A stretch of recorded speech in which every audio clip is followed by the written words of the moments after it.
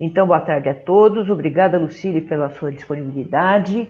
Eu sei que é um tema que você gosta muito de discutir, de apresentar. A professora Lucília é professora titular do Instituto de Biociências.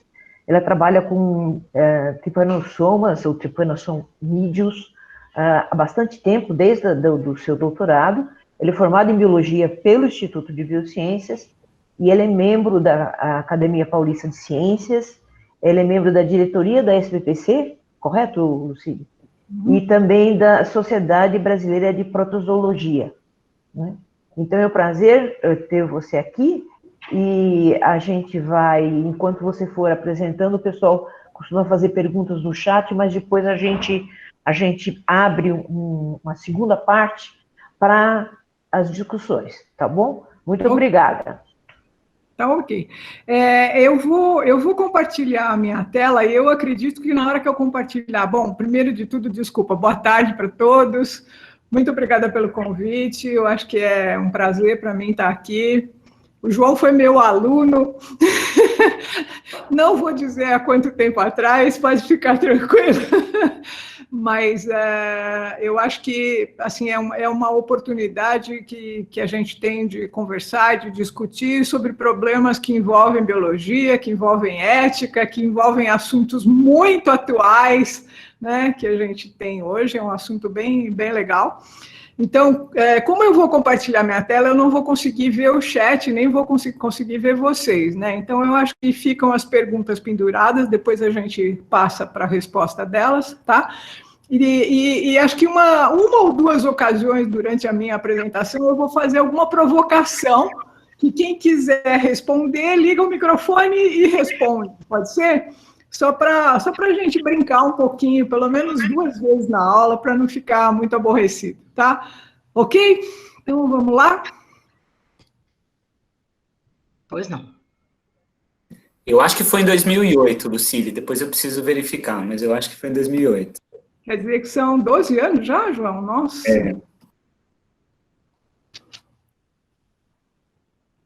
Ok? Está no ar? Está aparecendo. Pronto. Ok, bom, então aí acabei fazendo esse título provocativo, né, só para a gente poder discutir o que tem em relação à ética, né, no fim da história, né, o que tem a ver com o contexto do curso. Aqui está meu e-mail, se alguém quiser fazer alguma questão, se tiver ainda alguma questão, quiser fazer algum comentário, por favor, fiquem à vontade para mandar. Bom, Lucília, desculpa, se você colocar como apresentação, fica um pouquinho maior para nós. Apresentação. Ai.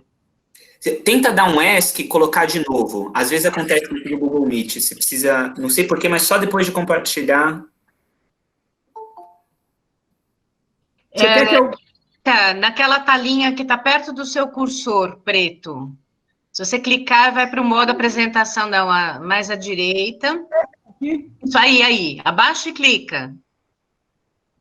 Foi? Então. Isso aí, ó. Não. É o modo de apresentação tela cheia. Tá em tela cheia no meu aqui. Tá para você. Se quiser tentar dar ESC, sair e entrar de novo, às vezes ele vai. Senão não tem problema, a gente consegue ver. Sair do PowerPoint, é isso? Não, só sair do modo apresentação. Aperta ESC e depois tenta projetar de novo. Às vezes funciona. Oi? Acredito que seja a tecla F5 que possa ajudar a entrar no modo apresentação. Obrigado, Wellington.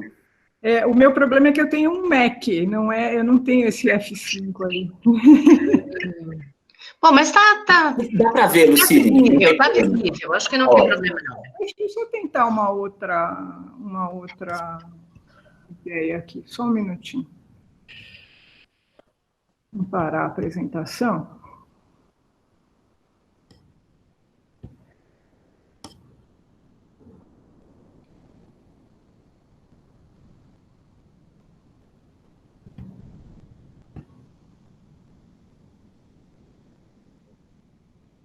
Foi agora? Tá abrindo. Sim, Foi dá ou não?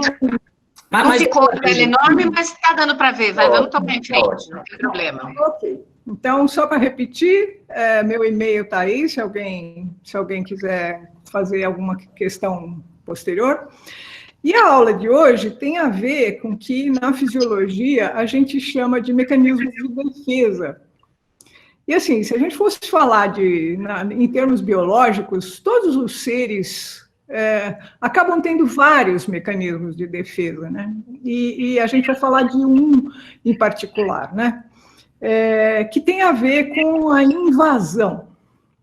E a invasão está diretamente relacionado a um sistema dentro da fisiologia dos organismos, que é esse sistema imunológico, ou sistema imunitário. E aí, então, são todos os mecanismos que um organismo usa, normalmente um organismo multicelular, usa para reconhecer e se defender de invasores externos, como bactérias, vírus ou parasitas. Então, é um sistema que reconhece o estranho. Mas, assim, o que é o estranho, né? O estranho é qualquer substância que não seja reconhecida como própria aquele organismo, e que quando ela entra nesse organismo, quando ela é introduzida nesse organismo, ela faz com que o sistema imune produza anticorpos. Então, o estranho, essa substância, se chama antígeno, e então é a substância que vai provocar o aparecimento, ou a formação, ou a produção de anticorpos. Normalmente são proteínas ou polissacarídeos que estão presentes nas bactérias, vírus, protozoários, em eumintos, toxinas, toxoides, células de superfície, pólen, entre outros. Então, qualquer substância que não seja reconhecida como própria, quando a gente tem aquela ideia do self, né? O self e o não self. Ok, então minha primeira provocação para vocês. Isso aqui, para todos vocês, deve ser uma figura estranha. Vocês reconhecem essa figura? Ixi, Lucília, agora de fato não está mudando o slide. Está escrito defesa, está no slide 2. Ixi, meu Deus. Não tá nem... Será que... Não foi o seguinte? Não foi. O José Wellington, que às vezes dá um suporte técnico para nós. Você tem alguma ideia, José Wellington, do que fazer? Agora mudou. Agora mudou. Porque eu saí, né? Eu não estou em tela inteira de novo. Tenta mudar de slide agora. Mudou? Mudou. Agora pode pôr a figura. Tenta o próximo. Tá. Dá para ver? Dá. Então, a minha primeira provocação para vocês. Isso é uma figura que deve ser estranha para vocês. Alguém consegue reconhecer? Pode ligar o microfone e chutar, se quiser. Quem tiver alguma coisa para... Não é um quadro do MASP, não, né? Não. Não é nenhum corte histológico, Pro? Também não. Parece fungo. Tá, eu estou olhando essa figura, eu estou olhando o que é bem de pertinho, né? Então, agora eu vou aproximar um pouquinho mais, quer dizer, eu vou distanciar um pouquinho mais para pegar uma coisa um pouco maior. E agora, vocês reconhecem? Parece um mosaico. Uma imagem da Virgem, talvez? Estou vendo uma boca, um nariz, um pedaço de um vestido. Parece é do MASP. Então, não é do MASP, Regina, mas é um quadro que eu gosto muito. Sei. É um afresco do Leonardo da Vinci, que está em Milão, né? Que é a Santa Ceia, tá? Então, assim, vejam como é complicado quando a gente apresenta uma coisa estranha, muito pequena ou com poucos detalhes, para você poder fazer esse reconhecimento. Só quando a gente consegue detalhar um pouquinho mais é que vocês vão ser capazes de reconhecer E aí, assim, até que alguém chutou aqui que podia ser um quadro, ok, legal. Aí depois já assim, parece uma figura, um mosaico, alguma coisa de uma mulher, ou porque tem um vestido, alguma coisa assim. Quer dizer, a gente tem dados anteriores, né? Nós temos uma suposição já pré-construída do que pode ser, e a gente só consegue fechar a informação quando a gente tem o conjunto geral do que a gente está apresentando. Isso é o que vai acontecer quando a gente apresenta um antígeno a um organismo. Dentro dos mecanismos de defesa, foi para o seguinte? Mudou o slide? Mudou, Perfeito. mudou, tá o cá. Então, dentro dos mecanismos de defesa, a gente vai ter dois tipos possíveis de mecanismo. São os mecanismos inatos ou não específicos, quando essa defesa é feita de uma maneira genérica. Então, ela não vai buscar aquele detalhe, ela vai olhar aquele todo, vai reconhecer como não self e vai agir em cima desse elemento estranho. Então, por exemplo, a pele é um nosso mecanismo de defesa. A secreção gástrica, a secreção lacrimal, com as suas enzimas digestivas, são mecanismos de defesa, em que na porta de entrada também existe a proteção, né? E células fagocitárias que acabam não reconhecendo especificamente e que fazem a eliminação do organismo estranho, do corpo estranho, do invasor, e que fazem, então, essa defesa não específica. Em contraponto a isso, nós temos um sistema imunitário adaptativo. Esse, sim, é altamente específico e tem ação direcionada nos linfócitos. Só em termos de biologia aqui, né, a gente não pode deixar de falar um pouco de evolução, né? A resposta imune inata, ela é observada na evolução. Então, por exemplo, protozoários, quando a gente faz transplante de núcleos em protozoários, eles rejeitam esses núcleos que foram colocados. Existem vários relatos mostrando que selenterados e esponjas, em que a gente faz enxertos, também rejeitam. Há a presença de amebócitos em anelídeos, por exemplo, e artrópodes tem aquela cutícula, né, bastante quitina, né, que é uma resposta imune inata bastante importante, e eles também têm fagócitos profissionais em circulação.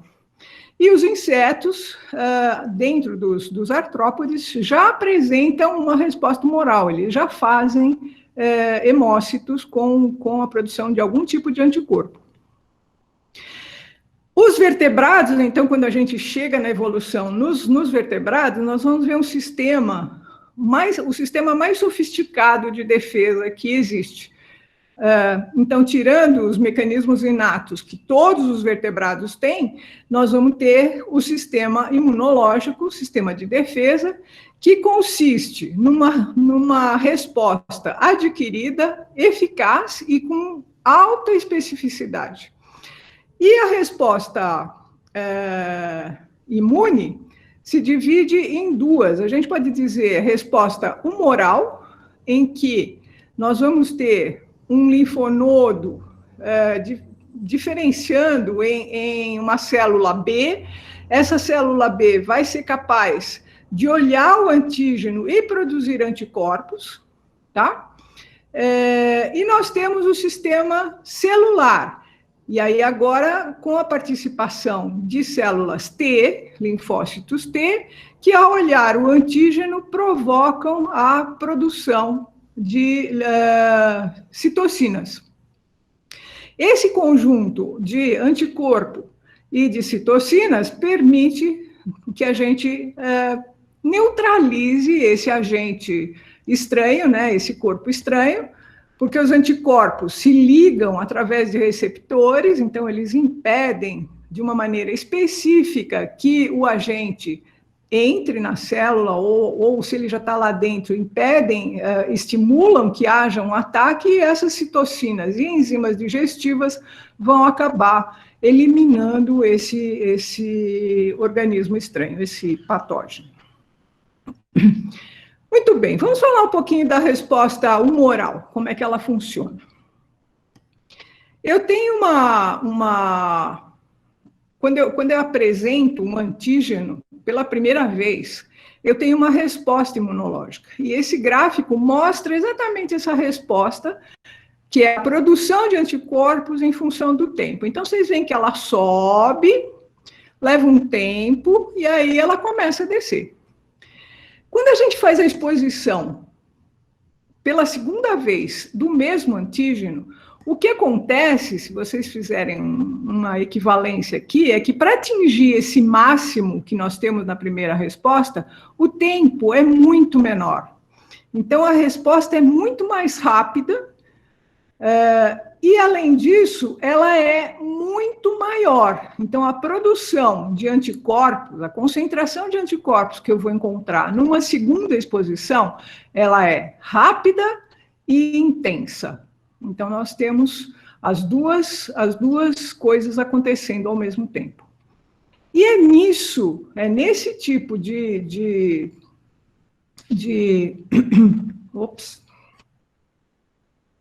nesse tipo de dinâmica, então aqui a gente pode ver basicamente o mesmo tipo de gráfico anterior, só que aqui a gente resolveu os anticorpos, que são as imunoglobulinas, em IgM, imunoglobulina M, em imunoglobulina G, e eu não vou ter tempo para descrever o que é cada uma, mas uma é mais de secreção e a outra é mais de uma resposta mais forte, mais mantida. Então, o que vocês veem é que no começo, né, numa primeira exposição, demora um tempo, tanto para o IgM quanto para o IgG, né? Depois, essa concentração de anticorpos cai, e numa segunda exposição, nós temos, para IgG, uma resposta mais rápida e mais intensa. E não é isso que acontece para IgM. Tanto que, muitas vezes, IgM, quando a gente tem um IgM positivo, significa uma infecção ainda ativa, quer dizer, o agente ainda está presente. Esse tipo de dinâmica de produção de anticorpos é que no qual a gente se baseia para a produção, para vacinas, para equacionar o que seja uma vacina. Então, qual que é a ideia? A ideia é administrar aquele antígeno, daquele patógeno para qual a vacina está sendo endereçada, de forma que eu tenha uma resposta do sistema imune, quando numa segunda infecção, quando numa segunda exposição, que é a infecção real, eu possa ter a rapidez da resposta. Então, a vacina, na hora que eu apresento o antígeno, eu provoco esse tipo de resposta, e aí quando o agente infeccioso entra no organismo, eu tenho esse segundo tipo de resposta. Portanto, eu respondo mais rápida e mais intensamente a qualquer tipo de infecção. Então, é nesse conceito que estão baseadas as vacinas. Um pouquinho de história, como é que apareceu? Como é que apareceram as vacinas? Então, vocês devem estar vendo aí no cantinho direito a figura do Edward Jenner. É um médico inglês, formado em Londres, e ele, uma vez formado, ele volta para a sua cidade natal, que é no interior da Inglaterra, e ele começa a fazer medicina familiar. E vai visitar as pessoas em cidades na redondeza, nas fazendas da redondeza, e a história é muito engraçada, porque ele era solteiro ainda, né, quando ele volta de Londres, e ele começa a observar que as mulheres, principalmente as mulheres ordenhadeiras, que trabalhavam nas fazendas, eram muito bonitas. A gente tem que lembrar que nessa época aqui é a época do auge da varíola. E a varíola é aquela doença, para quem não conhece, aquela doença que você fica com pústulazinhas na sua pele inteira, e quando você não morre, essas pústulazinhas cicatrizam e fica a marca, né? E isso é que ele estava chamando de pessoas que não eram bonitas. E quando ele repara, então, que principalmente as ordenhadeiras eram muito bonitas, eles reparam também que elas possuíam algumas feridas nas mãos, porque elas manipulavam o úbere das vacas. E aí ele percebe que a vaca também tem uma doença parecida com a da varíola, que se chama cowpox, e aí ele tem a ideia de pegar essas feridas, né, essas casquinhas das feridas das mãos dessas mulheres, e ele inocula isso em um menino que tem como resposta uma forma muito branda da doença, e depois, completamente incorreto em termos éticos hoje, né, ele faz um experimento de inocular a varíola humana no menino e o menino não contrai a doença. A gente pode até discutir essa questão ética, né, de experimentação usando um sujeito para fazer o experimento. Bom, aí dessa história toda vem o termo vacina, né? Vacinos, que é vaca, e aí então foi inventada a vacina e aquilo que a gente chama de variolização, né? Posteriormente, não se usava mais esse material das feridas, mas se crescia o vírus da cowpox, que chama vaccinia, e aí se purifica esse vírus e se começa a se fazer a vacinação com um vírus purificado. Para vocês terem uma ideia, a varíola é uma das doenças, quer dizer, é a doença que foi erradicada, erradicada do mundo inteiro, tanto que hoje a gente não tem mais a obrigatoriedade de tomar a vacina, quer dizer, não se dá mais vacina contra a varíola. Muito bem, quais são os tipos de vacina que existem?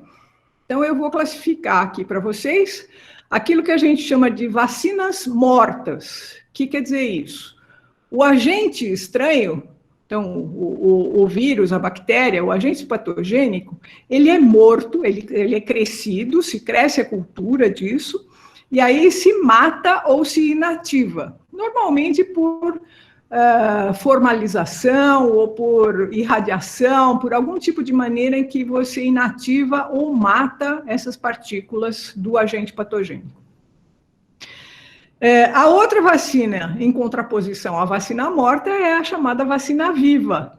E aí o que a gente tem é que o agente patogênico ele foi modificado, então ele é atenuado, e ele não é mais virulento, ou seja, ele causa uma infecção, mas ele não causa o quadro clínico da doença que aquele agente patogênico daria.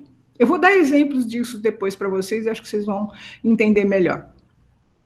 E o terceiro tipo não é nem o organismo inteiro morto, nem o organismo atenuado, mas são aquelas chamadas vacinas particuladas, quando a gente quebra, né, o agente patogênico, faz a purificação de determinadas moléculas desse agente, que são ou os antígenos ou ácidos nucleicos que codificam esses antígenos. Tá? Cada uma delas vai ter particularidades, eu quero discutir com vocês depois o que a gente tem em cada uma delas. Os próximos slides eu tirei de um artigo que acabou de sair, mostrando justamente aquilo que todo mundo hoje está esperando ansiosamente, que é a vacina do Covid. E vocês podem imaginar que todos esses tipos de vacina estão sendo testados, tentados, né, para o Covid, né? Então, por exemplo, a vacina da Sinovac, que o Butantan está testando, ela é feita com o vírus inativado, tá? Uma maneira de fazer, uma das possibilidades de se fazer vacina também, que seria uma vacina viva, né, ou uma vacina morta. A vacina viva seria usar um vetor viral, que replica. Então, por exemplo, eu posso usar um vírus atenuado, que simplesmente vai, por engenharia genética, carregar o pedaço do DNA que codifica o antígeno, né? Então, esse é o caso que eu tenho aqui, em que eu tenho um outro coronavírus atenuado que está carregando o gene da espícula, que é um dos genes que a gente já sabe que é importante para provocar a reação, a formação de anticorpos. Ou então, uma outra possibilidade é a gente formar uma partícula que não seja replicativa, tá? Por exemplo, como um adenovírus. Então, é um adenovírus atenuado que vai carregar, por engenharia genética, o gene do coronavírus, da espícula do coronavírus, e esse, então, vai produzir essa espícula, mas é um outro vírus, ele só carrega a região do genoma que codifica o gene que produz o antígeno para a formação dos anticorpos. Esse tipo de vacina aqui é a vacina que a Universidade de Oxford está fazendo, que está sendo testada pela Unifesp e pela Fiocruz.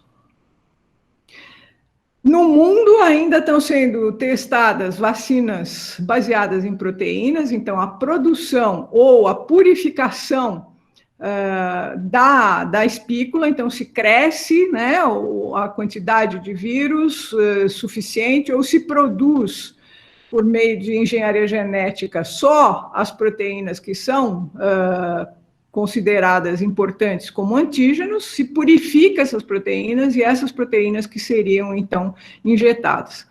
O problema desse tipo de vacinas é que ela requer um adjuvante, ou seja, eu preciso colocar alguma coisa junto para estimular o sistema nervoso, o sistema imunológico, e normalmente eu preciso de doses múltiplas dessas vacinas. Como numa vacina morta, no caso da Sinovac, eu também preciso de pelo menos 2 doses para poder ter o reforço vacinal, que é o que a gente chama.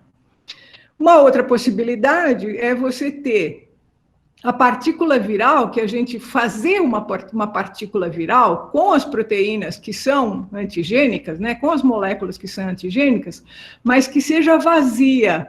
Essa partícula não tem o material genético dentro dela. Então, eu só tenho a partícula viral em que eu vou injetar. Fazendo analogia com a brincadeira do quadro que eu mostrei para vocês, isso aqui seria mostrar a primeira figura. Quer dizer, eu não tenho a coisa completa, né? O sistema imune não vai ter a coisa completa na hora que ele enxergar o vírus de verdade. Ele vai ter só um pedaço. E isso pode ser mais difícil para ele reconhecer.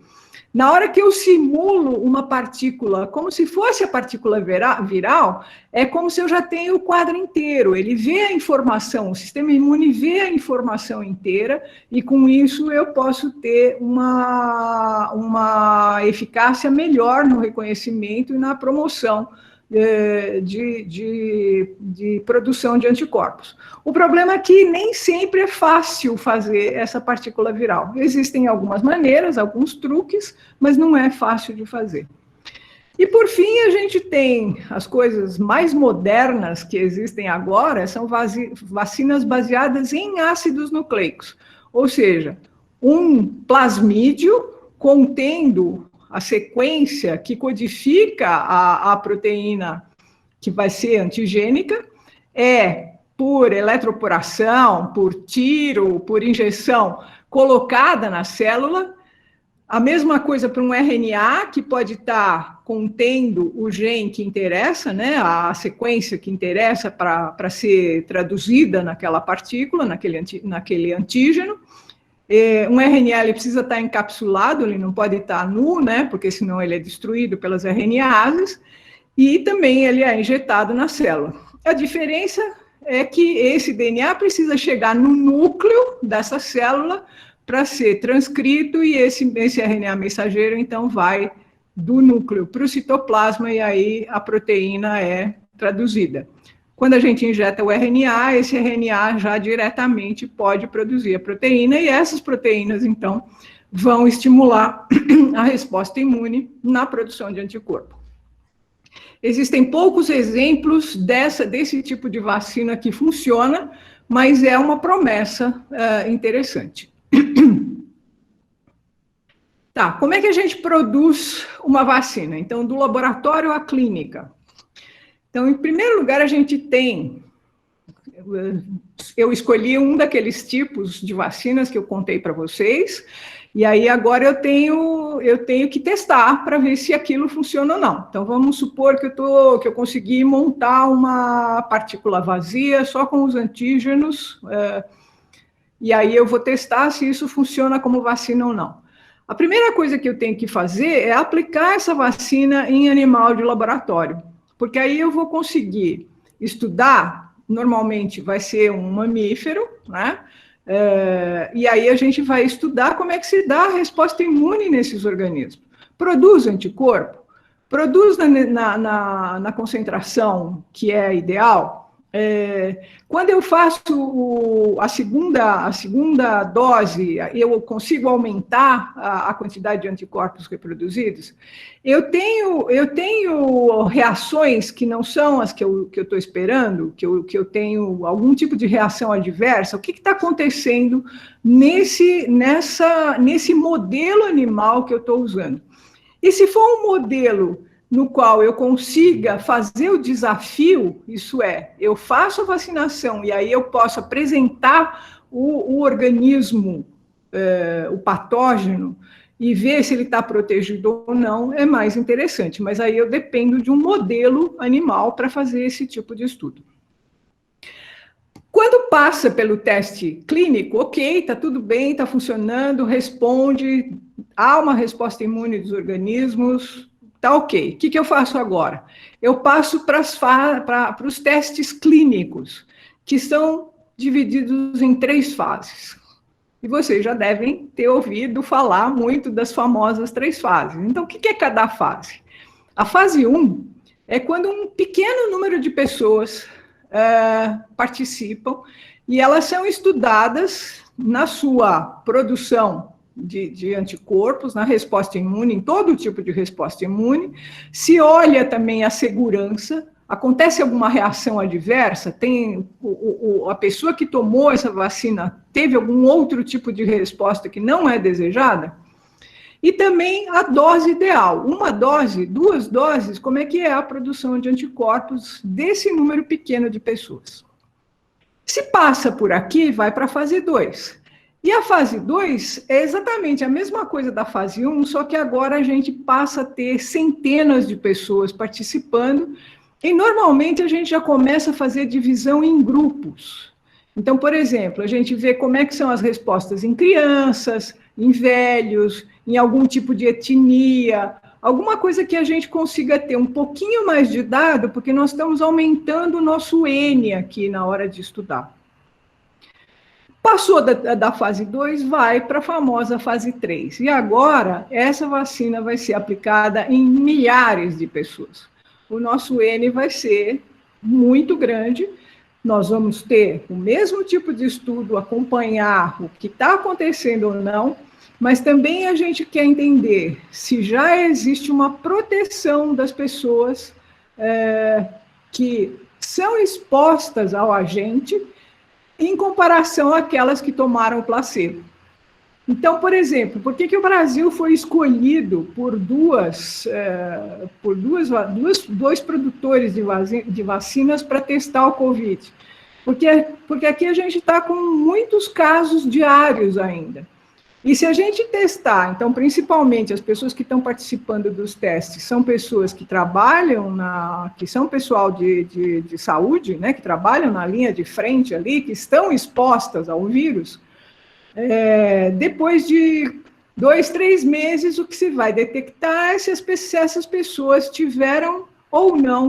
foram ou não infectadas e qual a diferença de eficiência de proteção em relação àquelas que apenas tomaram um placebo. Se passar da fase 3, a gente entra na aprovação. E aí todos esses testes são analisados. Para nós aqui, quem regula isso é a Anvisa.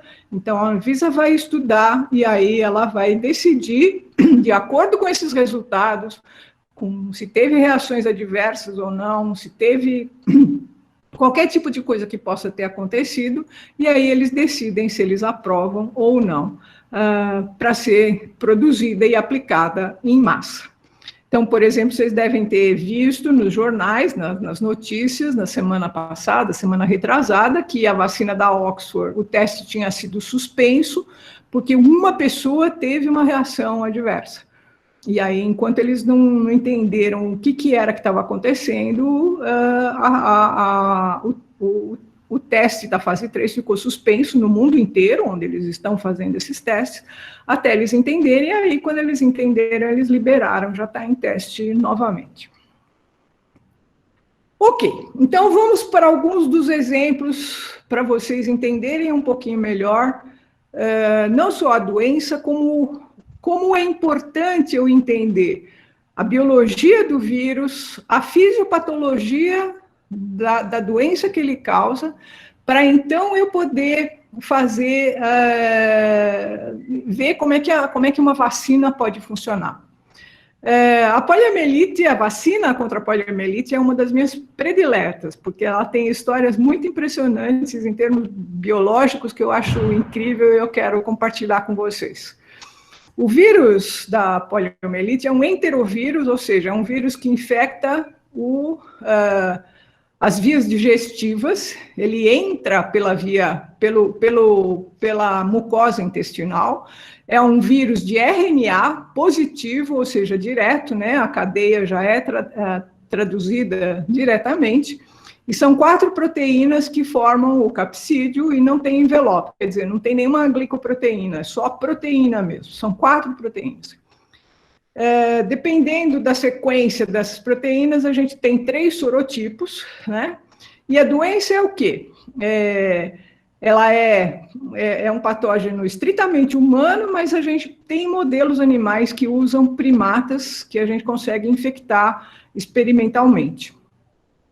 Uma vez que ele está na mucosa, que ele infecta a mucosa intestinal, ele pode passar de maneira muito ineficaz para o sistema nervoso central, através de um receptor. E aí ele vai replicar no neurônio, no neurônio motor da medula, no tronco cerebral, no córtex motor, e aí causa a paralisia temporária, e essa paralisia leva a uma atrofia muscular. E dependendo do caso, dependendo da quantidade de vírus que a gente tem, essa paralisia temporária e a atrofia pode ser permanente. Então, a pessoa perde a sua capacidade locomotora, né, motriz, e não consegue se recuperar mais. Ela só é fatal, claro, se atingir músculos respiratórios. E aí, como é que é a vacina? Nós temos 2 vacinas, a vacina Salk e a vacina Sabin. A vacina Salk é uma injeção de vírus inativado, então são uma sopa daqueles 3 sorotipos que é inativado, e a vacina Sabin é o vírus vivo atenuado, a famosa gotinha, que é via oral. Então, aqui é a minha pergunta para vocês. Essa via de inoculação, eu dar uma injeção intradérmica ou colocar a gotinha, é importante para o sucesso da vacina? Então, eu vou responder para vocês que sim, porque se a gente lembrar que o vírus infecta a mucosa, o trato digestivo, a via oral é a porta de entrada dele. Portanto, na hora que a gente está promovendo uma vacinação com vírus atenuado, o que significa isso?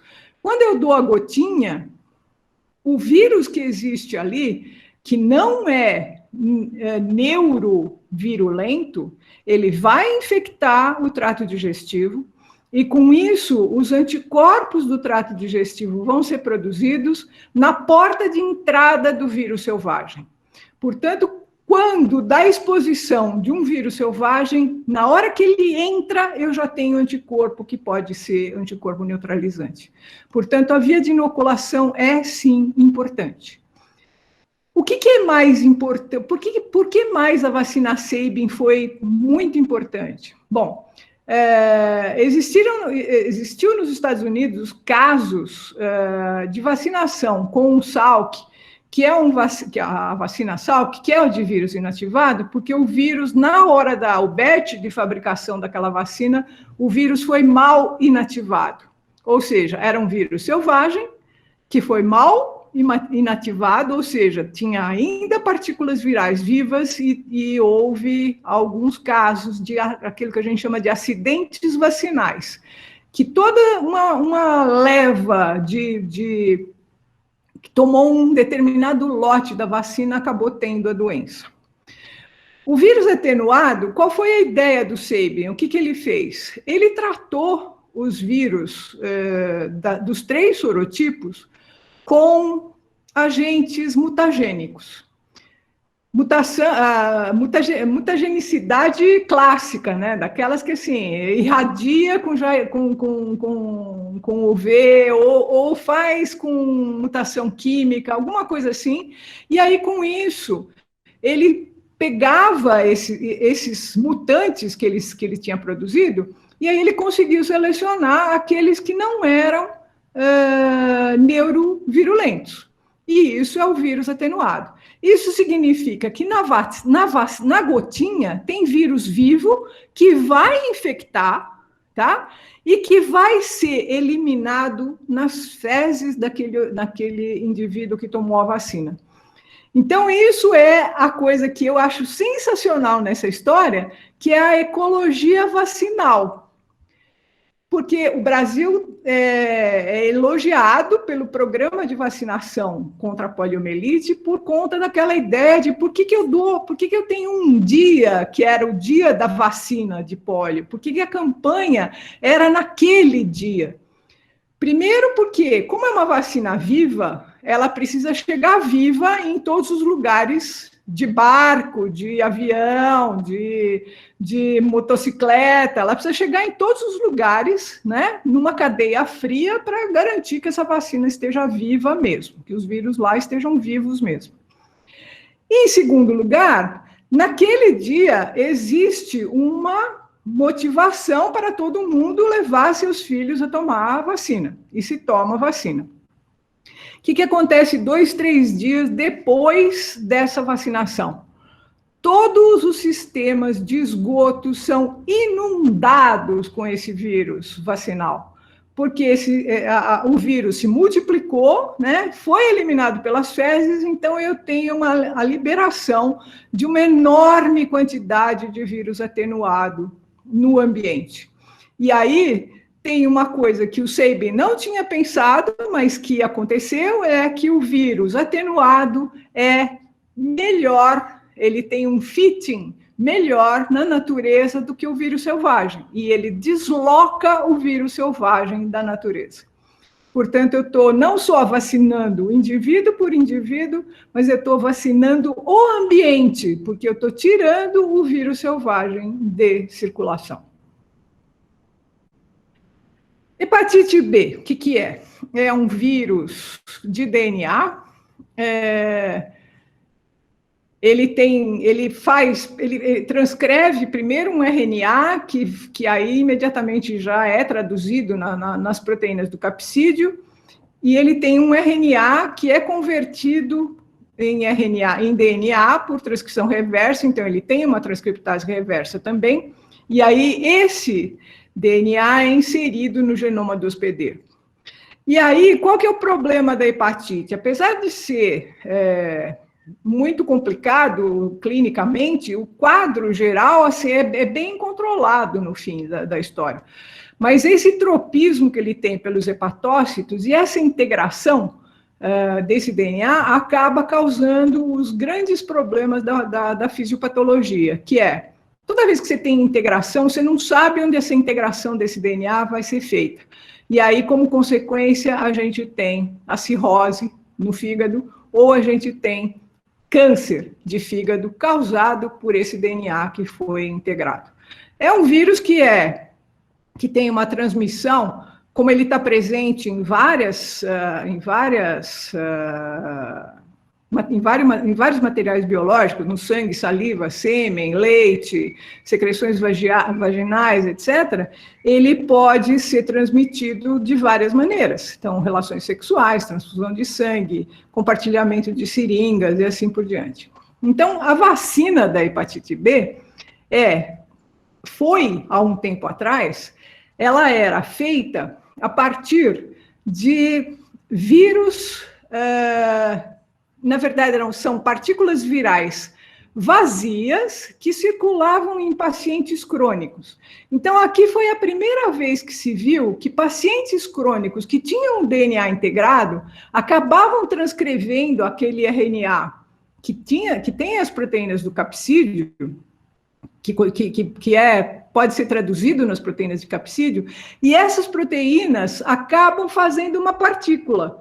Mas como não tem o DNA, porque ele está integrado, essa partícula é vazia. Então, o que se fazia era justamente pedir doação de sangue de pacientes crônicos de hepatite e purificar essas partículas. Hoje não se faz mais assim, porque qual é o risco de se ter, de se usar esse material de pacientes crônicos? A gente nunca sabe o que é que tem no sangue ou no plasma dessas pessoas. Então, você pode ter um lentivírus ou qualquer outro tipo de situação que vai se manifestar muito tempo depois.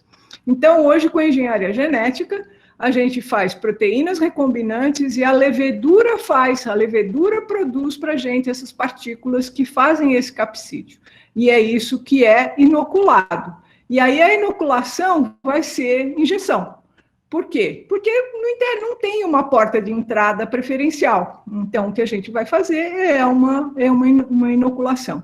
E, novamente, a gente vai fazer 3 doses, porque a resposta vai ser dependente desse número de doses que a gente vai dar.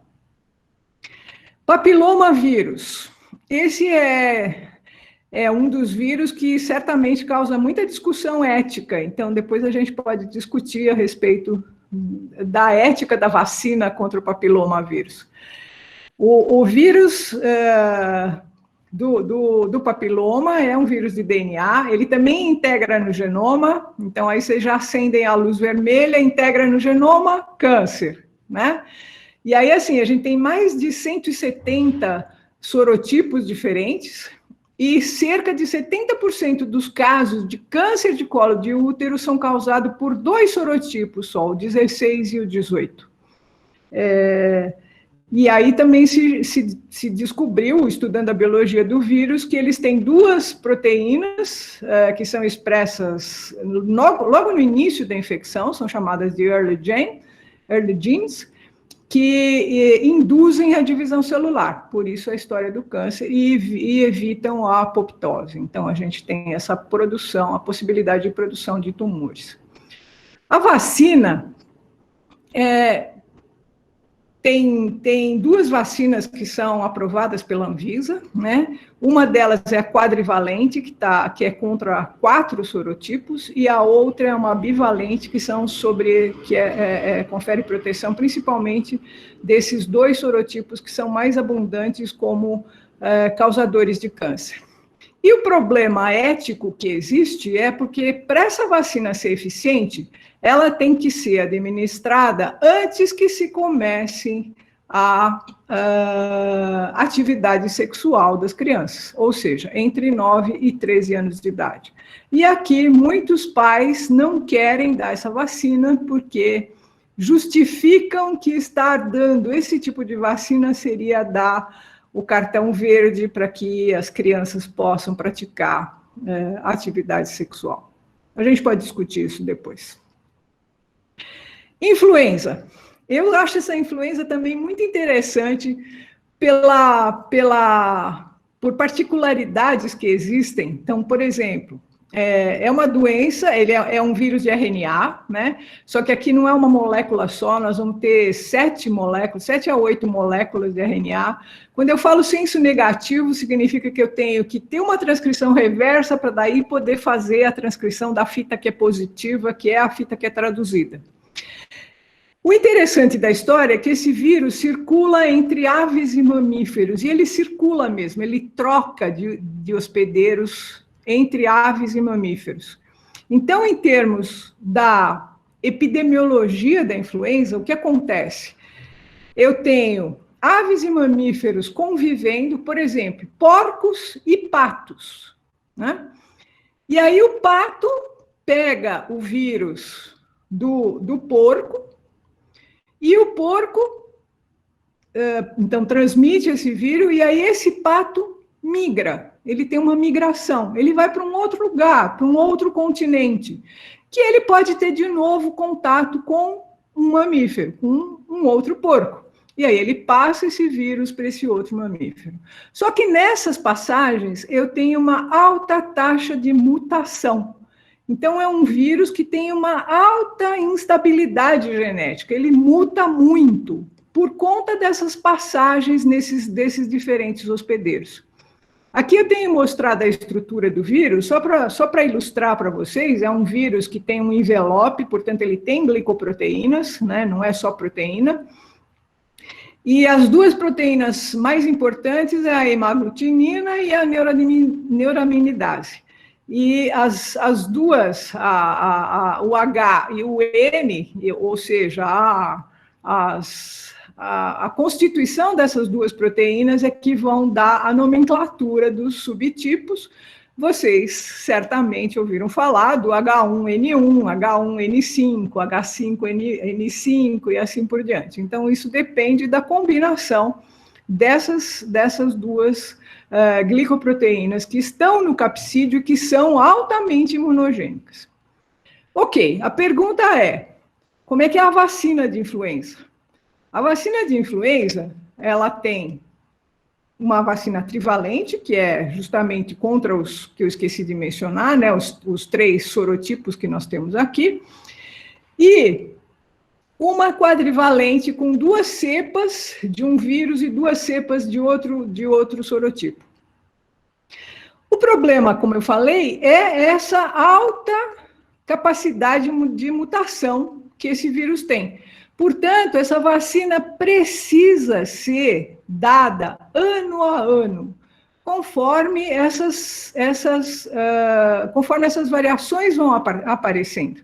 Então, a vacina que apareceu no norte, no hemisfério norte, ela vai ser útil para o hemisfério sul, mas no ano seguinte ela já não é mais protetora no hemisfério norte.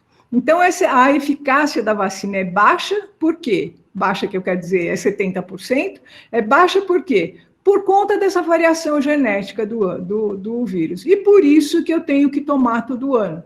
O vírus muda, ele muda todo ano, então eu preciso sempre tomar a vacina daquele ano. O Instituto Butantan, por exemplo, fabrica a vacina de influenza e eles usam ovos embrionados de galinha para crescer as cepas. É um vírus morto que se dá, né? Não é um vírus atenuado, é o vírus morto. E aí, na hora da purificação, às vezes aparece traços da proteína do ovo, por isso que se pergunta, quando se dá essa vacina, se pergunta se a pessoa tem algum tipo de alergia à proteína de ovo. Dengue também é uma doença que a gente herdou, né? Que apareceu por aí, né? Também é um vírus de RNA, e nós temos 4 sorotipos. Eu não vou falar muito dos quadros, porque são febre, astenia, problema de musculatura e assim por diante, mas o que é importante é que um sorotipo, se você teve uma infecção por um sorotipo, você tem uma proteção permanente contra aquele sorotipo, mas só uma proteção parcial contra os outros sorotipos. E aí é que mora o perigo, porque quando eu tenho uma resposta secundária, ou seja, quando eu tenho uma segunda infecção por um segundo sorotipo, o que se tem é uma elevação de anticorpos muito rapidamente nessa segunda infecção. E o que a gente sabe, quer dizer, a gente não tem muitos detalhes de como é que acontece, mas o anticorpo de um outro sorotipo, ele não é neutralizante para a segunda infecção. Mas ele acaba tendo alguma relação em que ele consegue ter algum tipo de ligação. E aí o que a gente tem é uma partícula viral que tem anticorpos, alguns anticorpos não neutralizantes, ou seja, não mataram o vírus, e com isso esse vírus pode ser fagocitado e ele pode ser internalizado vivo, e aí nós vamos ter aquilo que a gente chama de febre hemorrágica da dengue, ou dengue hemorrágica, que é a dengue mais perversa. Juntando toda essa história, o que a gente pensa da vacina? A vacina não pode ser feita com um único sorotipo, ela tem que ser feita com os 4 sorotipos, tá certo? A única vacina que está licenciada no Brasil é a vacina da Sanofi, e recentemente, quer dizer, no ano passado, a Sanofi descobriu que há um risco de complicações para aquelas pessoas que nunca tinham sido infectadas. Então, agora, eles só indicam tomar a vacina para quem já teve dengue uma vez. Então, para não correr o risco de ter a dengue hemorrágica, quando você já teve dengue, aí você toma a vacina e aí você está protegido da dengue hemorrágica. Bom, eu podia estender aqui o número de doenças, né, causadas por patógenos distintos, que são possíveis de serem controladas por vacinação. Como eu falei para vocês, a varíola é a que foi declarada pela Organização Mundial de Saúde como extinta. Só tem 2 laboratórios no mundo que têm vírus de varíola guardados, congelados. Todos os outros laboratórios que trabalhavam com varíola tiveram esses vírus incinerados, não existem mais. E a gente não tem mais varíola mais ou menos por uns 40 anos, que não se sabe de nenhum caso de varíola, então ela realmente está erradicada. Como eu falei, muitos de vocês provavelmente não tomaram a vacina contra a varíola. Todas essas vacinas, todas essas doenças, então aqui é um mapa mundi, né, mostrando que existem locais que eles chamam de hot zones, né, para que você tenha a possibilidade de reaparecerem essas doenças, né? Então, aqui já está apontado, né, instabilidades políticas, mudanças climáticas, urbanização, desflorestamento e a anticiência, né?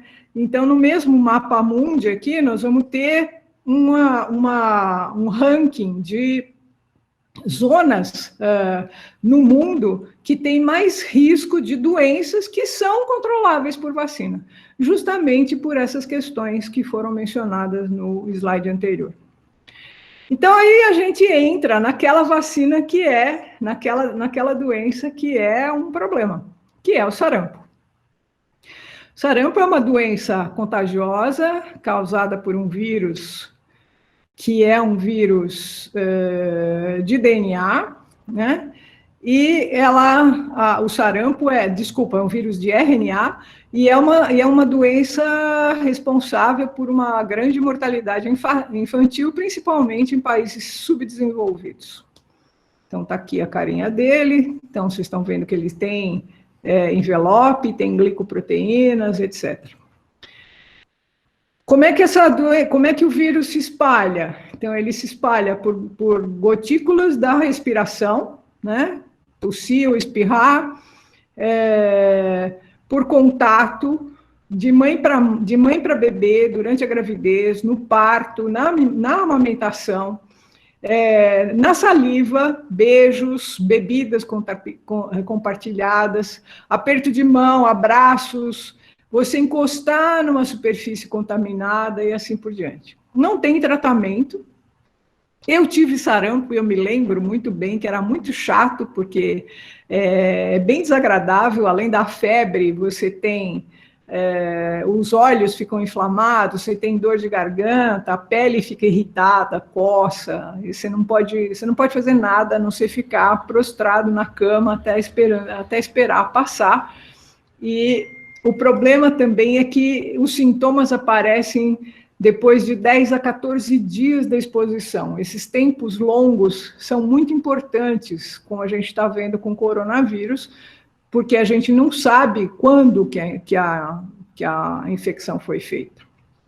Aonde está o problema ético na nossa história aqui?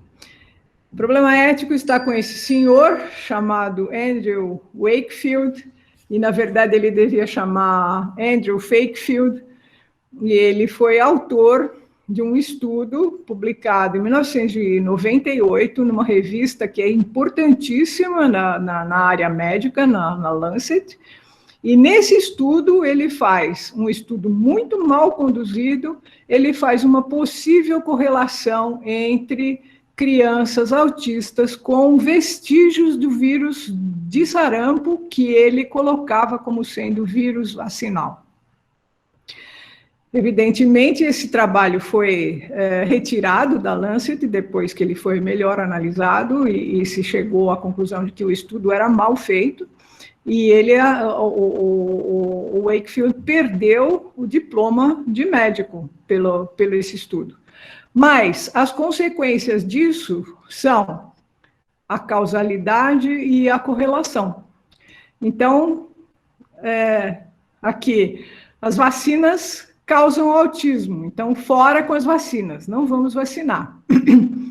E aí o outro personagem diz, puxa, estou com uma dor de cabeça horrível, e aí o interlocutor aqui pergunta, o que você estava fazendo? Ele fala assim, não, estava te ouvindo, estava vendo a tua manifestação e tomei água.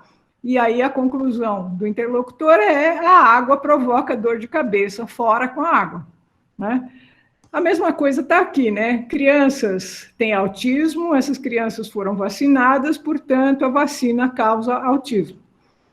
Essas crianças têm autismo, essas crianças têm ursinhos de pelúcia, portanto, ursinhos de pelúcia causam autismo. Os gatos têm 4 pernas, todos os gatos têm 4 pernas, este animal tem 4 pernas, portanto, este animal é um gato. Então, são os tipos de casuísticas e correlações que estão erradas, e foi isso que foi feito. E a consequência disso foi, no Reino Unido, após a publicação do artigo do Wakefield, e um movimento de pais que acabou se espalhando por toda a Europa e depois para a América do Norte, foi, por exemplo, em 2017, um surto de sarampo na Itália, porque as crianças não estavam sendo vacinadas, com mais de 4 mil casos, né? E aí uma doença que matava mais de 2 milhões de crianças por ano no mundo, na década de 90, que tinha sido erradicada no Brasil em 2001, ela aparece, e nós ganhamos um certificado de eliminação pela Organização Pan-Americana de Saúde em 2016, ela começa a aparecer de novo por crianças não vacinadas, e o Brasil, em janeiro do ano passado, perde o certificado de erradicação de sarampo por ter tido mais de 10 mil casos em todo o país. E pior, né? Porque esse movimento anti-vacina está chegando numa situação que agora não se dá mais vacina nenhuma, porque o fake news aí não é só a vacina do sarampo, mas qualquer vacina pode ser ruim, né? E aí a gente, no Brasil, este ano, pela primeira vez, não está conseguindo atingir a meta para nenhuma das principais vacinas infantis, e isso é gravíssimo. Lembrar a vocês, aqui tem uma reportagem da FAPESP, da revista da FAPESP, que mostra exatamente todas as vacinas que estão, um calendário nacional de vacinação, né? e que estão disponíveis gratuitamente em todos os postos de saúde, ou pelo menos deveriam estar disponíveis em todos os postos de saúde, porque também tem isso, né? Não é só o pai que não quer dar a vacina, é a disponibilidade que muitas vezes o pai chega para vacinar num posto de saúde e não encontra a vacina naquele local. E por último, eu não podia deixar de falar desse personagem, né, que diz que toma vacina quem quer e que faz Oswaldo Cruz, que causou a revolução das vacinas, né, a guerra das vacinas, né, no Rio de Janeiro, quando ele obrigou todo mundo a tomar a vacina de febre amarela, e com isso ele conseguiu controlar a febre amarela do Brasil. E aí, nessas últimas semanas, tem saído várias matérias em jornais. Então, aqui nós temos uma notícia, uma matéria publicada na Folha de São Paulo, pelo Hélio Schwartz, que diz, resumindo o que está aqui, é que, primeiro, que uma pessoa que não tem formação em área de saúde não pode dar uma opinião se ele é a favor ou contra, né? Se ele deve obrigar ou não tomar vacina. E segundo, que vai contra o que ele mesmo publicou, né? Uma legislação em que autorizava o Estado a determinar a vacinação compulsória. Então, ele está indo contra ele mesmo. E segundo, e por fim, assim, existe uma discussão se está ou não infringindo a liberdade individual de cada um, né? E alternativas que são possíveis, que assim a gente já sabe dessas alternativas, que é, por exemplo, o certificado de vacinação, né? Que, por exemplo, nas escolas, antigamente, era obrigado a apresentar a carteirinha de vacina. Quem viaja para alguns lugares no mundo sabe que é obrigatório apresentar a vacinação, o certificado de vacinação de febre amarela, por exemplo, e assim por diante. E eu separei duas tendências e debates da Folha de São Paulo. Uma vez por semana, ela faz uma pergunta, e aí ela colhe de duas pessoas distintas a resposta sim e a resposta não. E a pergunta do sábado passado foi: o Supremo deve deixar sob responsabilidade dos pais a decisão de vacinar seus filhos? E a resposta sim diz que deve deixar para os pais, é que a discussão não se limita ao sanitarismo, pois contraria liberdades individuais. Dois pedaços do texto que eu separei para vocês aqui é que a objeção de consciência dos filhos é a responsabilidade dos pais, e que, portanto, eles é que devem representar os filhos nos atos civis em relação ao consentimento, que, portanto, então, o que eles pensam vale para os filhos, ou seja, a individualidade deve ser respeitada. E aqui ele fala que a ciência é uma forma de conhecimento que envolve o livre-arbítrio, e ela não deve, portanto, demandar de uma submissão compulsória para que seja aos seus preceitos, né, que isso violaria a dignidade humana, a liberdade de consciência, de religião, etc. A resposta não deve deixar a responsabilidade, a decisão para os pais. O ato mostra, então, a discussão ética que a gente pode ter depois aqui, é que o ato de vacinar é uma negligência extrema e nociva que ameaça a saúde pública. E o texto o pedaço do texto que eu separei aqui para discutir com vocês é que esse ato de vacinar, ele não é uma vontade individual, mas existe um interesse coletivo na história. E a gente acabou de discutir vários exemplos anteriores onde esse coletivo é muito importante. Então, por exemplo, se uma criança não toma vacina de sarampo, mas ela vai para a escola, ela está no coletivo. E na escola ela pode ter contato com o vírus e adquirir a doença, porque ela está na coletividade, na população de risco, e aí quanto mais